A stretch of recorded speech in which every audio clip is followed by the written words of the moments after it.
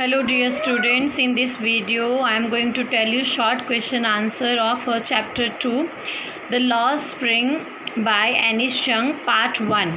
Okay students, so watch the video till end because very important 10 short question answers we will do in very easy language.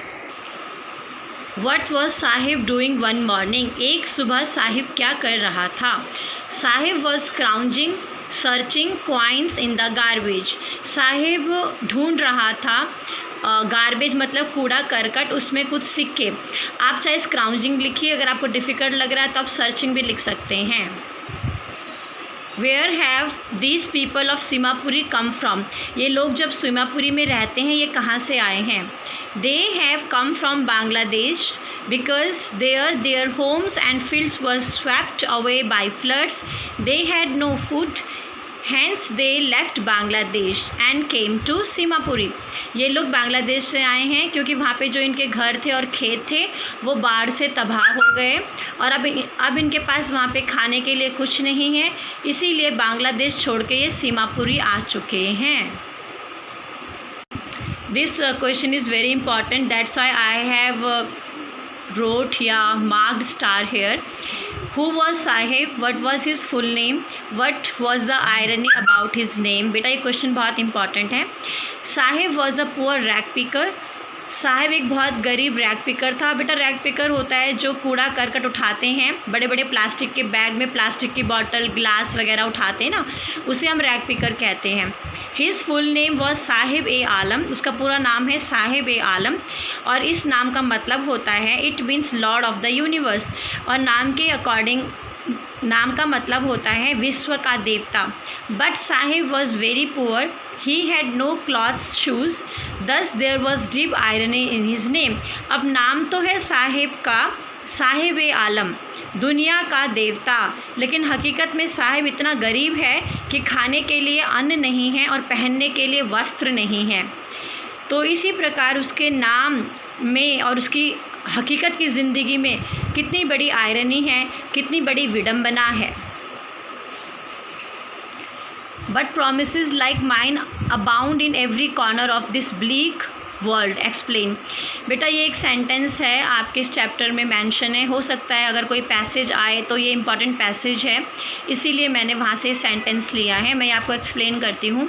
जब साहिब ने author से पूछा कि क्या उसका school ready हो चुका है तो ऑथर को बहुत शर्मिंदगी महसूस हुई और उस समय उसने ऐसा महसूस किया कि ये जो संसार है ये इस प्रकार के बड़े बड़े वादों से भरा हुआ है और हकीकत में वादा पूरा करने की कोई भी कोशिश नहीं करता.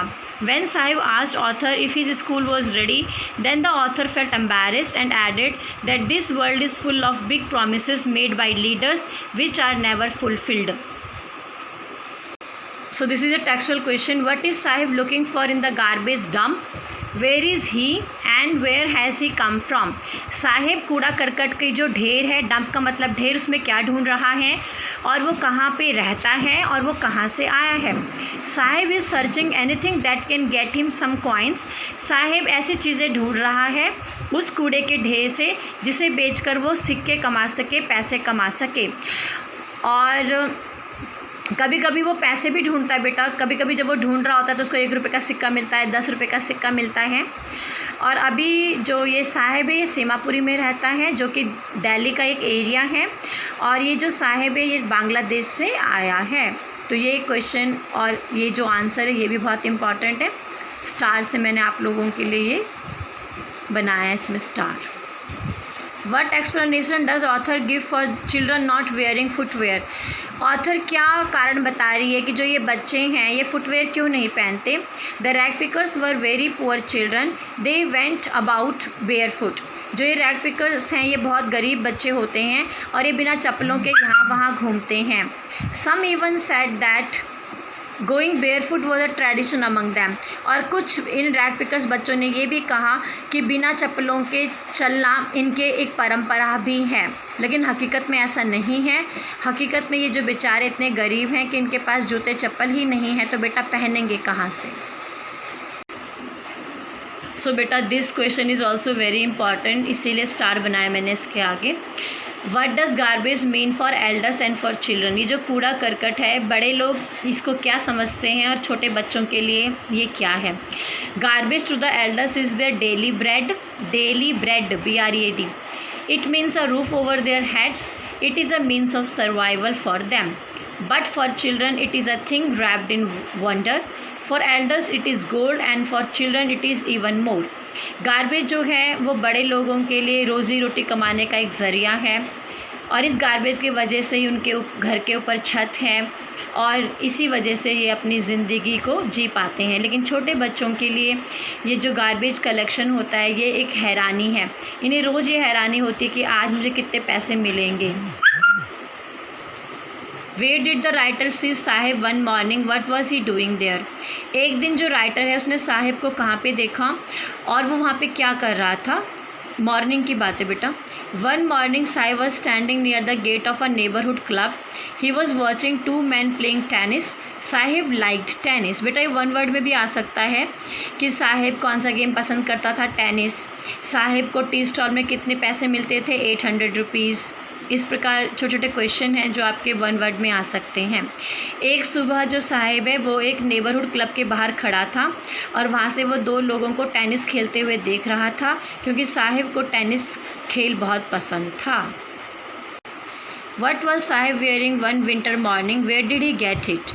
एक सर्दी की सुबह साहिब ने क्या पहना हुआ था और उसको वो कहाँ से मिला? One winter morning, Sahib was seen wearing tennis shoes. These tennis shoes were discarded due to hole in one of them. But for Sahib, who walked barefoot, even these were a dream come true. एक शरद ऋतु की सुबह author ने देखा कि साहिब ने tennis shoes पहने हुए हैं और ये टेनिस शूज़ किसी अमीर व्यक्ति के बेटे ने फेंक दिए होंगे क्योंकि इनमें से एक शूज़ में छेद हो रखा था।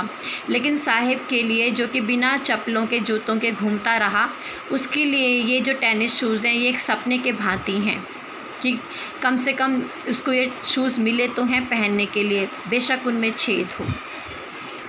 बेटा लास्ट क्वेश्चन भी बहुत इंपॉर्टेंट है। क्या साहिब जब टी स्टॉल में काम कर रहा है तो क्या वो खुश है?